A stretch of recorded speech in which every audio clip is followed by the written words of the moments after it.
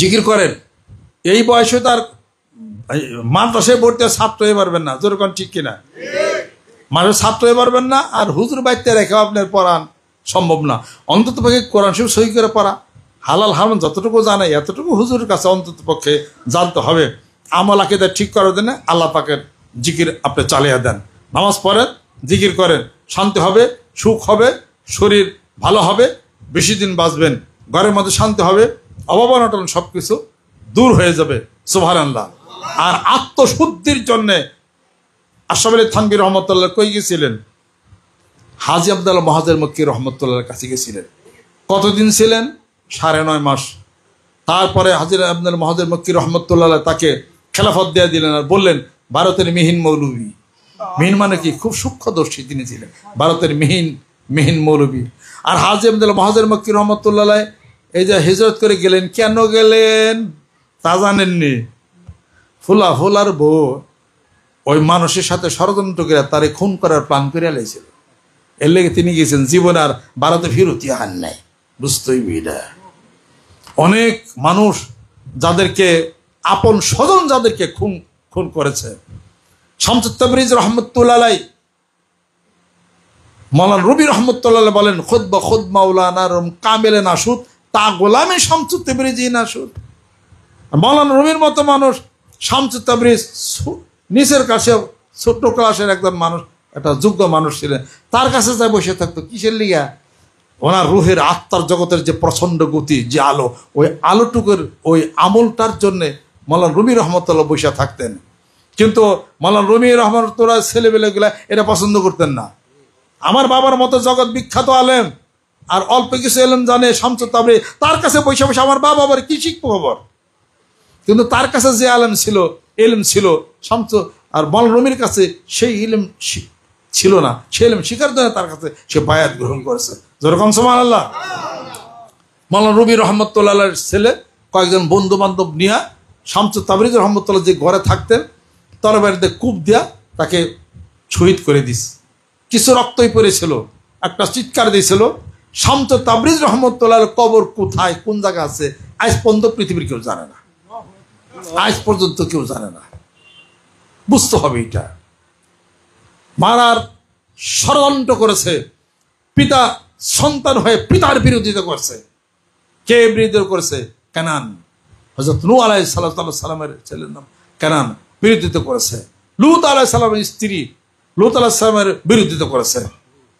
আল্লামা খারকানী রহমতুল্লাহর স্ত্রী আল্লামা খারকানী রহমতুল্লাহ বিরোধিতা করেছে। আল্লাহর রাস্তায় থাকতে গেলে বাধা কিছু আসবেই। এক লোক গেছে বায়াত পুরি ধরার জন্য আল্লামা খারকানী রহমতুল্লাহ বাড়িতে, জিজ্ঞেস করেছে খারকানী হুজুর আছে নাকি? তো ঘরের থেকে স্ত্রী বলতেছে, কে তুমি? কয় আসছিলাম হুজুর কাছে মুড়ি দেওয়ার জন্য। উনি কোথায় গেছেন, আসেন কিনা? কই গেছে বদমাইশটা, কন্দে কন্দে ঘুরতেছে। এত বড় আল্লাহ বাড়ি গেছেন বলি, কন্দে কন্দে বদমাইশটা ঘুরতেছে। লোকটা লজ্জিত হয়ে চলে গেছেন। তালাশ করতে করতে দেখা যায় বনের মধ্যে কিছু কাঠটা সব একখানে কইরা ওগুলা বাঁধছে, বান্দা বাড়িতে নিয়ে আসবে। বলেন যে খারকানী হুজুর আপনি কি? কহা আমি। কয় আমি আসছিলাম মুড়ি দেওয়ার জন্য। কয় আমার বিবি বকা দিছে না তোমার? কয় এইটুকু জানলেন কেমনি করে? এই তারপরে সেগুলা নিয়ে বাঘের পিঠে ওগুলা নিয়ে বাড়িতে আসতেছে। কয় এত বড় কারামত দিছে আল্লাহ পাক আপনাকে, আপনার স্ত্রী আপনাকে এইভাবে এই কথা বললো। কয় বুঝবা না, আমি আমার স্ত্রীর সমস্ত নির্যাতন সহ্য করি, ধৈর্য ধারণ করেছি, যার বদৌলতে আল্লাহ পাক আমাকে এই কামালিয়াত দান করছে। সুবহানাল্লাহ। লূত আলাইহিস সালামের উম্মতগণ বলছেন যে নবী কত সুন্দর স্ত্রী, কত সুন্দর মেয়ে লোক আছে, আর আপনি বিরোধিতা করে তাকে আপনি স্ত্রী রাখছেন। কয় শোনো, এটা আমার নবুয়তের পরীক্ষা। আল্লাহ পাক আমাকে এই পরীক্ষা দিছে, আমি আমার স্ত্রীর এই ধরনের আচরণ সহ্য করতে পারি কি পারি না। এক। দ্বিতীয় নম্বর, আমি যদি তাকে পরিত্যাগ করি সে আরেকটা পুরুষের জীবনটারও সে নষ্ট করবে। কি হিসাবপত্র! কাজী ইসলাম তো শুধুখানে নামাজ পড়লে হবে না, অনেক সূক্ষ্ম হিসাবপত্রের হলো কথা। ভিতরে খলুসিয়াত, সম্পূর্ণরূপে তাওয়াক্কুল আল্লাহর উপর করতে হবে। এবং আল্লাহ পাক বলেন আহাসিবান নাস আইয়ুতরাকু আইয়াকুল আমান্না ওয়া হুম লা ইফতানুন। হ্যাঁ, মানুষকে ঈমান আনছি বললেই হবে, তাকে কোনই পরীক্ষার মধ্যে ফেলা হবে না। আই হাসাবাল ইনসানু আইয়ুতরাকা সুদান, মানুষকে এমনি এমনি ছেড়ে দেওয়া হবে? পরীক্ষা করবো আল্লাহ পাক। জোরে বলেন ঠিক কিনা? আপনাকে পরীক্ষা করবে। এমন একটা স্ত্রী আপনার শরীর ঘরে আসবে যেই নাকি ভালো ব্যবহার করবে না, আপনাকে মান সম্মান ঠিক মতো দিবে না, তবু আপনার দায়িত্ব আপনি পালন করবেন। এমনও হইতে পারে এমন সন্তান আপনার ঘরে জন্ম হয়ে যেতে পারে যেই সন্তান পিতামাতার জীবনটারে তেজপাতা বানিয়ে ফেলায়। কথা ঠিক কিনা? এমন হইতে পারে, এটা পরীক্ষাই। এমন হইতে পারে পরীক্ষায় পড়ে নাই কারা? আপনারা পরীক্ষা পড়ছেন কন্যা, আসলে আমিও পরীক্ষার মধ্যে পড়ছি, বহু পরীক্ষায় পড়ছি। এটা দেশ সবচেয়ে বড় ওই ব্যক্তি হলো ভালো যে পরীক্ষায় পাশ করছে। পরীক্ষায় পাশ করার একটাই নিয়ম, সেটা হলো সবর এখতিয়ার করতে হবে, ধৈর্য ধারণ করতে হবে। ধৈর্য ধারণ করে আল্লাহ পাক নাকি ওই ব্যক্তির সাথে থাকে। আর আল্লাহ পাক বলে অবশ্যই সবির হে রাসূল, ধৈর্য যারা ধরেছে তাদেরকে জান্নাতের সুসংবাদ দিয়ে দেন। জোরে জোরে কোন সুবহানাল্লাহ। ধৈর্য ধারণ করার ক্ষমতা আল্লাহ পাক যেন দেন, খুলুসিয়াত ভিতরে আনার তৌফিক আল্লাহ পাক যেন এনায়েত করেন। জোরে কোন সুবহানাল্লাহ। যুদ্ধের ময়দানে যুদ্ধ আরম্ভ হয়ে গেছে, মল্ল যুদ্ধ। আল্লাহর নবী উপস্থিত সেখানে আছেন। সবাই বলতেছেন কাফির দলের মধ্যে একজন আছে, নাম হলো আমর। সে খুব শক্তিশালী উঁচা লম্বা ব্যক্তি ছিল। সাহাবী বলতেছেন যে আমি যাবো আমরের সাথে, অমুকে যাব, তমুকে যাব।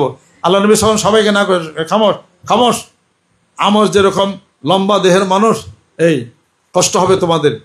হযরত আলী রাদিয়াল্লাহু তাআলা দাঁড়ানো ছিলেন, আমর খালি টিটকারি করতে, আচ্ছা আচ্ছা আচ্ছা আচ্ছা। আলী রাদিয়াল্লাহু লাভ দিয়ে দাঁড়ালেন, ইয়া রাসূলুল্লাহ হুকুম করেন, ও কাফেরের কল্লা উড়াই দেয়। আল্লাহ নবী সাল্লাল্লাহু আলাইহি ওয়াসাল্লাম বললেন খামোশ। আলী তো ছোট তখন। এরপরে অনুমতি নিয়ে চলে গেল।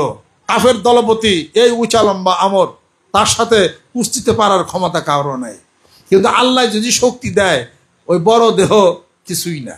যেরকম সুবহানাল্লাহ। আলী রাদিয়াল্লাহু তাআলা সামনে যায়া উপরে জোর একটা লাফ দিয়ে তার বুকের মধ্যে একটা লাথি দিছে। এক লাথি দেওয়ার কারণে আমর পড়ে গেছে। পড়ে যাওয়ার সাথে সাথে গলার মধ্যে টিপিতে ধরছে, গলার মধ্যে টিপিতে ধরছে, দম আটকে যখন মরে।